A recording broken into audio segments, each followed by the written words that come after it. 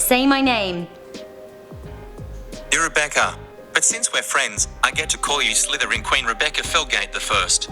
That's right, Slytherin Queen Rebecca Felgate the First, rocking Hufflepuff yellow today. Hello and welcome back to the most amazing channel on the internet. I am your Slytherin Queen Rebecca Felgate, and today we are talking the top 10 scary Harry Potter theories. So those of you who know me will know that I love Harry Potter. I have a million Harry Potter videos on my own channel, and every chance I get to do one on Most Amazing, I will do it. I love the Wizarding World. So before I get into today's video, I want to talk about something super awesome, our video sponsor Geek Gear. We have teamed up with Geek Gear Wizardry to get you 20% off their monthly subscription box, which is filled with all kinds of exclusive, handcrafted Harry Potter products. If you like what you saw, then do check out the link in the description box to our discount code. Okay, I really hope you liked that Geek Gear box. I'm actually going to keep my wand here because I love it and I feel like maybe I can just wave it around for point emphasis during this video. It's going to be fun. Okay, so back to the video. Guys, please do leave me a comment and let me know what your Hogwarts house is. I want to see lions, eagles, snakes and badger emojis all up in my comments grill. Also, please do thumbs up this video and share it with a friend who loves Harry Potter. Also, do check out the links in the description box to the people that went into making this video.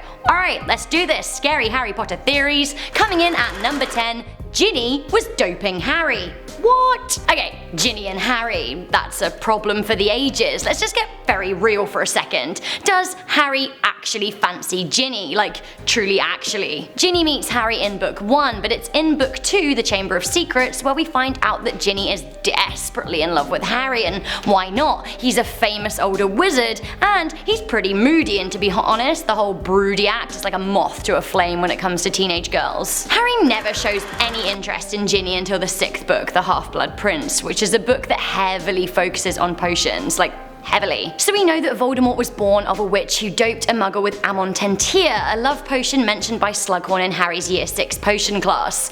Funny that it's actually that year that he seems bothered when Ginny does get a boyfriend. He didn't give two hoots about Ravenclaw student Michael Kroner when they were hooking up. But when Ginny dramatically starts going out with Dean Thomas right under Harry's nose, suddenly he's forgotten all about his previous enduring love for Cho Chang, and he's all like, Ginny, love me. J.K. Rowling herself said that Hermione and Harry should have got together, so does Ginny encourage Hermione to get with her brother in order to keep her out of the way? Honestly, with this theory, I would like to think that Ginny wouldn't turn to doping, having been a victim of Tom Riddle's diary herself. But Harry's attitude dramatically changes in book 6, and to be honest, I can't spot a reason why. It can't just be her glow up, can it? Okay, this is actually a scary theory turned to even scarier fact. Coming in at number 9, we have wizard's poo. For a long time, people have been speculating about wizarding waste. Do wizards poo like us mere muggles? Well, the fact that Moaning Myrtle used to live in a U-bend suggests that maybe she doesn't see that much action. It did lead to some people suspecting that wizards don't go to the loo like we do. Sure, Hermione loves a good cry in the toilets, but does she ever pee in them? The no poop theory was actually tackled by J.K. Rowling herself, who revealed that, yeah, wizards do go. But she also revealed something pretty absolutely awful that has me, I don't know, breaking out into cold sweats and worrying in a really existential, sloppy waste way. In a post on Pottermore, J.K. Rowling revealed that before the Muggle invention of plumbing, wizards used to relieve themselves where they were, and then they just vanished the evidence, like, and the poop is gone. This has opened up a whole new theory can of worms, which is, where does all the vanished wizarding waste go? So far as we're aware, wizards can't cease to make things exist, so there must be a really dark place, darker than the dark side of Quirrell's turban, that's filled with ancient wizard poo. I'm not here for it. Coming into number 8, Mrs. Norris is Mrs. Filch. Is Mrs. Norris Filch's wife? Possibly. This is a theory dragged up from Tumblr, the cesspool of internet theories, and it was posted by Yo-Yo Spaghetti-O. They said that Mr. Filch used to have a Mrs. Filch, but she was an illegal animagus who then went through a bad transformation. She ended up as a cat, and they say that this is why Filch loves Mrs. Norris so much, and also why he's so cranky, because he's just frustrated. Or we hope so. Coming into number 7, Harry made the Dursleys awful himself. I think that we can all agree that the Dursleys were the absolute worst. Of course they were. But was it Harry's fault? This theory says, actually, Yeah. So the big reveal many of us saw coming in Book 7, Harry Potter and the Deathly Hallows, was that Harry himself was a Horcrux, a tiny fragment of Voldemort's soul that lived within him, allowing the Dark Wizard to be invincible. Having a Horcrux around tends to send wizards mad, a la Gollum in The Lord of the Rings. Ron was around a Horcrux to Slytherin Locket, and it sent him pretty insufferably mad too. Ginny also didn't fare too well from being around Riddle's diary. So we have to say, imagine how the Dursleys felt being around Harry for a constant 11 years and then every summer. They were cranky because part of Harry was evil and it was making them awful. It really wasn't their fault. Coming in at number 6, we have Dumbledore's death prediction. Trelawney. Mental, right? Well, actually, maybe not. She did indeed make the prophecy, and she said things throughout the Harry Potter series that have ended up being totally legit. For those paying attention, she actually predicted Dumbledore's death long before he died. It all went down in Harry Potter and the Prisoner of Azkaban, and nobody noticed. Professor Trelawney came to the Great Hall during the Christmas feast, but wouldn't sit down. She said this: "If I join the table, we shall be 13. Nothing could be more unlucky. Never forget when 13 dine together, the first to rise will be the first to die." Alright, Trelawney, calm down. But actually, the thing is, she was right. There were already 13 people at the table and nobody realised. Blooming Peter Pettigrew as Scabbers was hiding in Ron's pocket. Who was the first to rise on that occasion? Dumbledore. And then she does it again. In Chapter 5 of Harry Potter and the Order of the Phoenix, 13 people dined together at Grimmauld Place, and Sirius Black was the first to rise. Who was the first to die in that gaggle?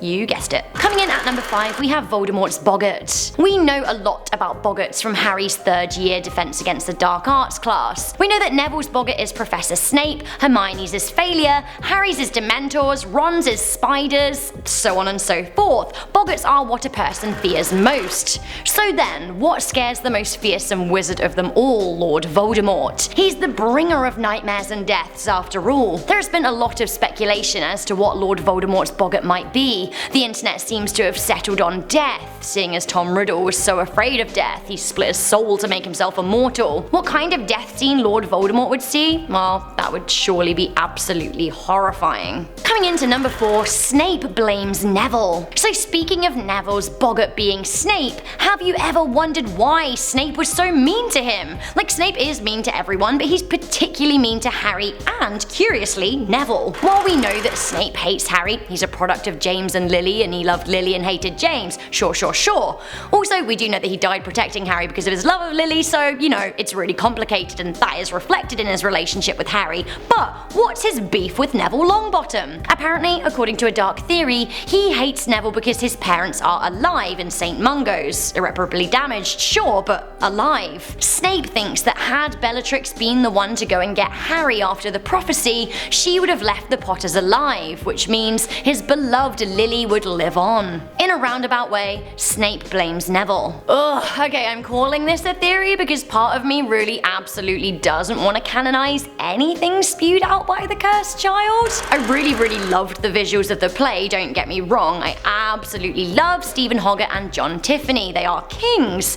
But then, the cursed child. The story, I mean, come on. With that in mind, at number 3, we have Bellatrix and Voldemort getting kinky.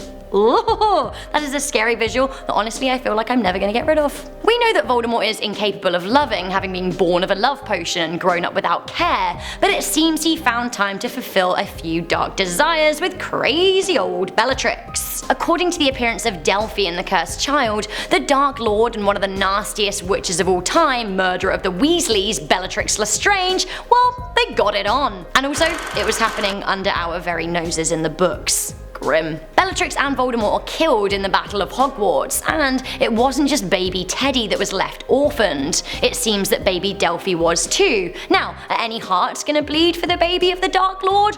Or is she doomed to a life of evil biddings before she even gets started? Nature versus nurture. Big questions. Coming into number 2, a Landon Dowlatsing favourite, we have Voldemort is Harry's brother. And but so is Snape, or so it seems. There is a more complicated theory out there that suggests that Harry, Snape, and Voldemort are 3 brothers. In The Tale of the Beard and the Bard, this is basically who they're reflecting. This one was posted on Reddit by Popsicle Incorporated 4 years ago and got over 750 upvotes. So it all goes down in The Tale of the Beadle and the Bard. Dumbledore is said to embody death, and also a combination of all of the brothers. Tom Riddle / Voldemort is the brother drunk on power and vengeance that ultimately leads to his demise. Snape is the brother obsessed with the resurrection because his love of Lily, which ultimately leads to his demise. And Harry is the wise brother who had a knack for hiding from death. The only time he comes close is when he willingly chooses it, which is like when the brother greets death like an old friend. The theory was actually well liked by J.K. Rowling herself, who said that she was touched that Dumbledore was seen as death. A weird thing to say. Side note though, Landon genuinely did think Harry and Voldemort were brothers. I know what I'm gonna buy him for Christmas. The entire back catalogue of Harry Potter. Okay, finally coming into number 1. This scared me, and actually I think it's legit. Draco Malfoy is a werewolf. We know Draco Malfoy went weird in The Half-Blood Prince. He just did. No longer was he your young, classic, energetic school bully. He had become insular, dark, and kind of murderous. We assume the reason is because he's actually being groomed by Voldy, but actually, there's a much darker theory. There's an internet theory that says that Draco had been bitten by Fenrir Greyback when Lucius wasn't able to get Lord Voldy the prophecy. Apparently, lending evidence to this scary theory, at one point Voldemort says to Draco, maybe you can babysit the cubs, when he's talking about Remus and Tonks' future kids. Also, quizzically, J.K. Rowling mentions that there was supposed to be a scene in the 3rd movie where Draco Malfoy was going to impersonate a werewolf. This was supposed to be maybe some area of foreshadowing. So does Draco Malfoy get away scot-free after the Battle of Hogwarts, or is his punishment having to live a double life with his oh so pure blood being polluted? So guys, that was the top 10 scary Harry Potter theories. Which did you find the scariest? Let me know your thoughts in the comment section down below. Also, do you have any other theories? I would absolutely love to hear them. I told you talking about Harry Potter is absolutely my favourite thing. Don't forget to let me know what your Hogwarts house is in the comment section in the form of an emoji. Shout out to all my snakes in the dungeon. You know I love you. Also guys, please do show me you love videos like this by leaving a thumbs up and sharing it with a friend. Thank you once again for today's video sponsor, Geek Gear Wizardry. I absolutely love my wand and I'm going to be sashaying around the top 10 studios all day. So I think maybe I'll do a poof out because how often do I get the chance? See you later guys, bye!